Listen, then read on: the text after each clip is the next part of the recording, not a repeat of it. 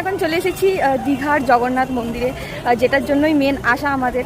তো এখন চলে এসেছি, সকাল সকালেই চলে এসেছি একদম। তো চলো তোমাদেরকে দেখাই, যা অপূর্ব লাগছে। আর সকালে এসেছি বলে তোমাদেরকে লাইটিংটা দেখাতে পারছি না।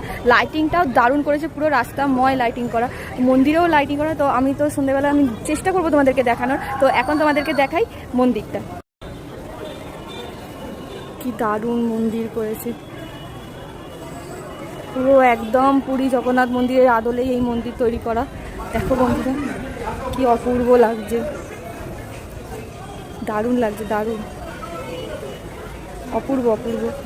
তো চলো মন্দিরের ভিতরে যাওয়া যাক।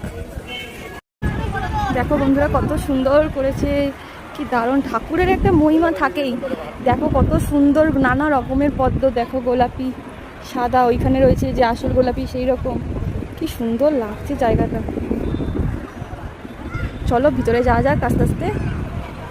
এই যে গুবলু যাচ্ছে ওর ঠাম্মির সাথে, হচ্ছে প্রবেশদ্বার। তো চলো ভিতরে যাওয়া যাক। যাচ্ছিস মন্দিরে? টাকা এই যে বাবা, টাকা। তুমি মন্দিরে যাচ্ছ? ও মা পাতা দিচ্ছে না। চলো চলো।